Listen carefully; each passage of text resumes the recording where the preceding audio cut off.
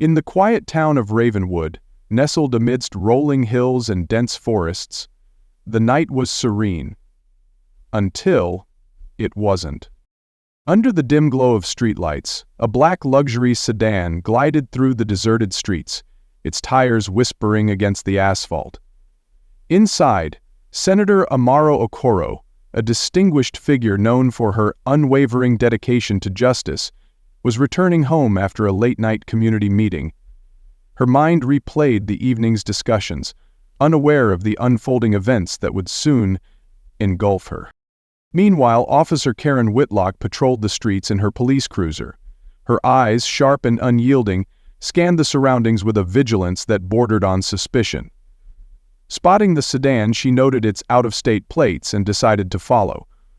A flick of her wrist activated the flashing red and blue lights, piercing the tranquility of the night. Senator Okoro noticed the lights in her rearview mirror and, with a sigh, pulled over to the side of the road. She rolled down her window, her expression calm, yet curious. Her gaze focused in on several small discs, each one with a logo, hanging lazily on the lining of the vehicle. Officer Whitlock approached, her hand resting on the holster at her hip. "License and registration," she demanded, her tone devoid of courtesy. "May I ask why I've been stopped, officer?" Senator Okoro inquired, her voice steady. "You were speeding," Whitlock replied curtly, though no speed limit had been exceeded. Senator Okoro handed over her documents, observing the officer's demeanor with a discerning eye. Whitlock scrutinized the papers, her expression hardening. "Step out of the vehicle," she ordered. "Is that necessary? Now." With measured composure, Senator Okoro exited the car. Without warning, Whitlock grabbed her arm, twisting it behind her back, and snapped handcuffs onto her wrists. "Do you know who I am?" Senator Okoro asked, her voice calm but firm. "I will not be crushed by you." "I don't care who you are," Whitlock sneered, pushing her towards the patrol car. As the senator was forced into the back seat, a sense of foreboding settled over the town of Ravenwood. This routine traffic stop was about to unravel hidden prejudices, leading to an unforgettable twist that would shake the community to its core. What happens when those entrusted with upholding the law become its violators, and what unfolds when they choose the wrong person to oppress? The answers lie in the shadows of Ravenwood, where justice is about to be redefined. Earlier in the day, Officer Karen Whitlock is shown patrolling the streets of Ravenwood. She stops a young Hispanic man driving a battered pickup truck, accusing him of running a stop sign. Her tone is dismissive and patronizing. "Maybe learn the rules before you get behind the wheel," she snaps, ignoring his polite attempts to explain he didn't break any law. A passerby films the exchange, muttering, "She's always like this." Whitlock storms back to her cruiser, muttering under her breath about out-of-towners and troublemakers. Meanwhile, Senator Amara Okoro drives home after a long day of meeting with community leaders to discuss policing reforms. Her posture is upright, her hands steady on the wheel. The soft hum of classical music plays in the background. As she approaches an empty intersection, she notices flashing lights in her rearview mirror. Sighing, she pulls over, switching off her car and rolling down her window. Officer Whitlock strides up to the car, her flashlight beaming directly into Amara's face. "License and registration," Whitlock demands curtly, her tone devoid of respect or courtesy. Amara hands over her documents, keeping her voice calm. "Good evening, officer. May I ask why I'm being stopped?" Whitlock's lip curls. "You were speeding." "I don't believe I was, but I'll cooperate fully," Amara replies evenly. Whitlock looks over the documents, her eyes narrowing. "These plates are out of state. What brings you to Ravenwood?" "I'm here on official business," Amara answers. "Official business?" Whitlock scoffs. "What kind of business?" Amara doesn't take the bait. "I'm a public servant. My work involves the community." Whitlock leans closer. "Are you saying you're some kind of politician?" "That's correct," Amara confirms.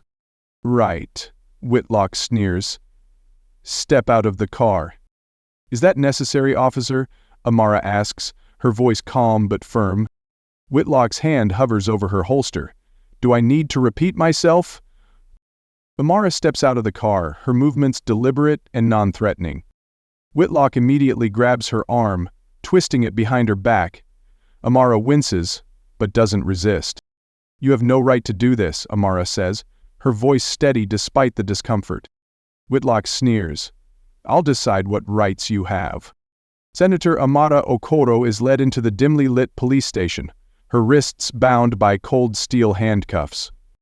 The moment shifts to officers in the station, some exchanging smirks and muffled laughter. One officer mutters, "Looks like Whitlock found herself another one." Amara's expression remains composed, her chin slightly raised, refusing to let the indignity break her. Whitlock removes the senator's belongings, dropping them carelessly into a plastic tray. "You'll be here a while," Whitlock says mockingly. "Maybe this'll teach you some respect for the law." "The only thing I respect is justice," Amara responds calmly, her voice cutting through the noise. As Amara is escorted past a holding cell, she meets the gaze of a young black man behind bars. His eyes are filled with silent despair. The camera lingers on their exchange, highlighting the unspoken understanding between them. Some officers in the station begin to exchange uneasy glances as Whitlock's treatment of Amara becomes more obvious. A younger officer, Officer Miguel Torres, hesitates before finally muttering to a colleague, "She doesn't seem like a regular suspect." The colleague shrugs. "Not our place to question Whitlock." Officer Miguel Torres, uneasy about the situation, discreetly runs a background check on the senator's ID. As the results pop up on the screen, his eyes widen. He whispers to his colleague, "Do you know who she is?" The colleague glances at the screen and pales. Oh no. Torres debates whether to inform Whitlock immediately. Before he can act, the moment cuts to Whitlock, who is on the phone with her supervisor. She's gloating about the arrest, unaware of the storm that's about to break. Officer Miguel Torres, growing more anxious, takes a deep breath and approaches Whitlock with the background check results. "Whitlock," he says hesitantly, holding the printout, "we've got a problem." "What now?" Whitlock snaps, rolling her eyes. Torres hands her the sheet. Her eyes skim the page, but she dismisses it immediately. "I don't care who she claims to be. Everyone thinks they're special these days." She glances at the caption and adds a few others. Torres stands his ground. "Karen, this isn't just anyone. She's Senator Amara Okoro. She chairs the state's Judiciary Committee." Whitlock's confident smirk falters, replaced by a flicker of disbelief. "What? That's impossible." "No." Torres points to the screen displaying Amara's official profile, complete with her photo and title. Whitlock's hands tremble as she whispers, "You're kidding me." The tension escalates as Torres calls in Chief Raymond Hallstead, the no-nonsense head of the precinct. Hallstead storms into the room, his expression a mix of shock and anger as he reviews the situation.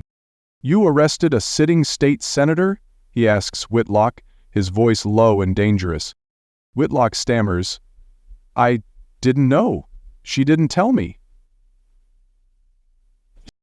Hallstead glares. "You didn't bother to check before slapping handcuffs on someone and dragging them in here?" Amid the chaos, Dr. Samuel Okoro, Amara's husband, arrives at the station. His face is etched with both anger and concern. Samuel pushes past the officers at the front desk, demanding, "Where's my wife?" When he finally sees Amara in the holding room, he rushes to her, his arms enveloping her in a protective embrace. "I'm so sorry, Amara," he whispers, his voice trembling with emotion. "I'll make sure they pay for this." Amara stands tall, her husband at her side, radiating quiet strength. As the room falls silent, Amara finally speaks. Her voice is calm, but her words cut deep. "You've made a big mistake," she tells Whitlock, locking eyes with her. "I'll see you in court." Whitlock stumbles back, the weight of the situation sinking in. The moment pans to Chief Hallstead, whose jaw tightens as he mutters, "We're gonna have to clean this up. Fast." What happens when justice is turned on those who abuse it? Stay tuned for the fallout of this explosive confrontation.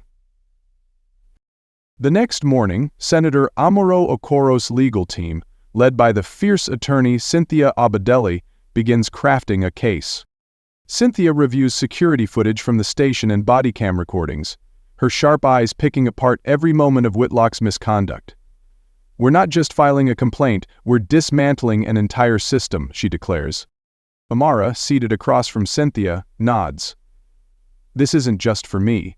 This is for the voiceless." On the steps of the Ravenwood courthouse, Senator Okoro stands before a sea of cameras, her poise and grace commanding attention. "What happened to me is not an isolated incident," she begins, her voice steady but impassioned. "It is a reflection of a broken system that allows prejudice to flourish unchecked. I am here not as a victim, but as a fighter for justice, for every person who has been silenced by fear, injustice, and systemic racism." Her words resonate deeply, inspiring a crowd of supporters holding signs with slogans like "Justice for All" and "End Police Abuse." News anchors comment on her speech. Senator Okoro has turned her ordeal into a rallying cry for change. Watching the press conference from her apartment, Officer Whitlock sits slumped on her couch, her career flashing before her eyes. Her phone buzzes incessantly with messages, some supportive, others critical. She turns off the TV, muttering, "I didn't mean for it to go this far." That evening, Whitlock approaches Amara outside the courthouse. She's visibly shaken, her confidence eroded. "Senator Okoro," she begins, hesitantly.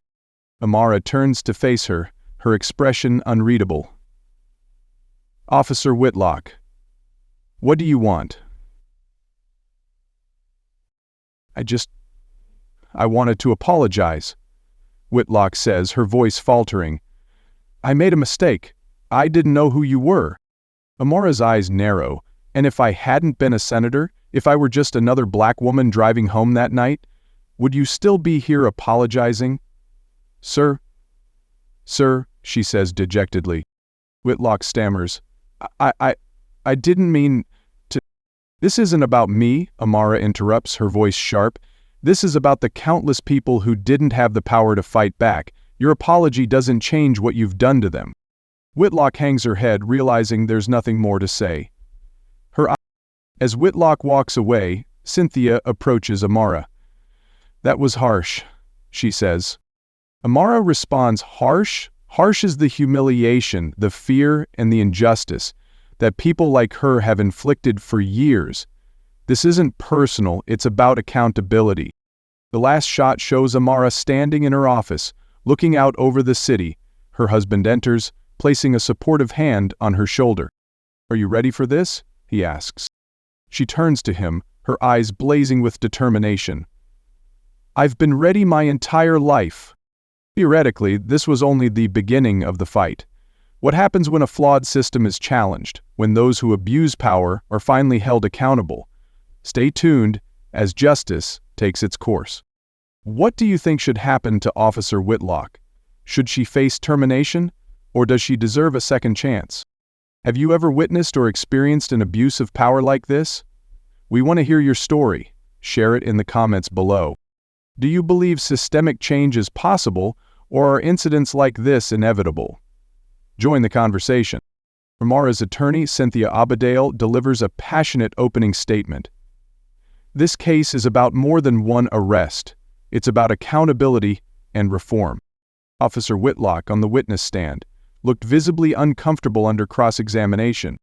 Protesters outside the courthouse chanting, "No justice, no peace." What will the court decide? Will justice prevail? And how will this case reshape the fight against systemic injustice? Stay tuned for the full story in our next video.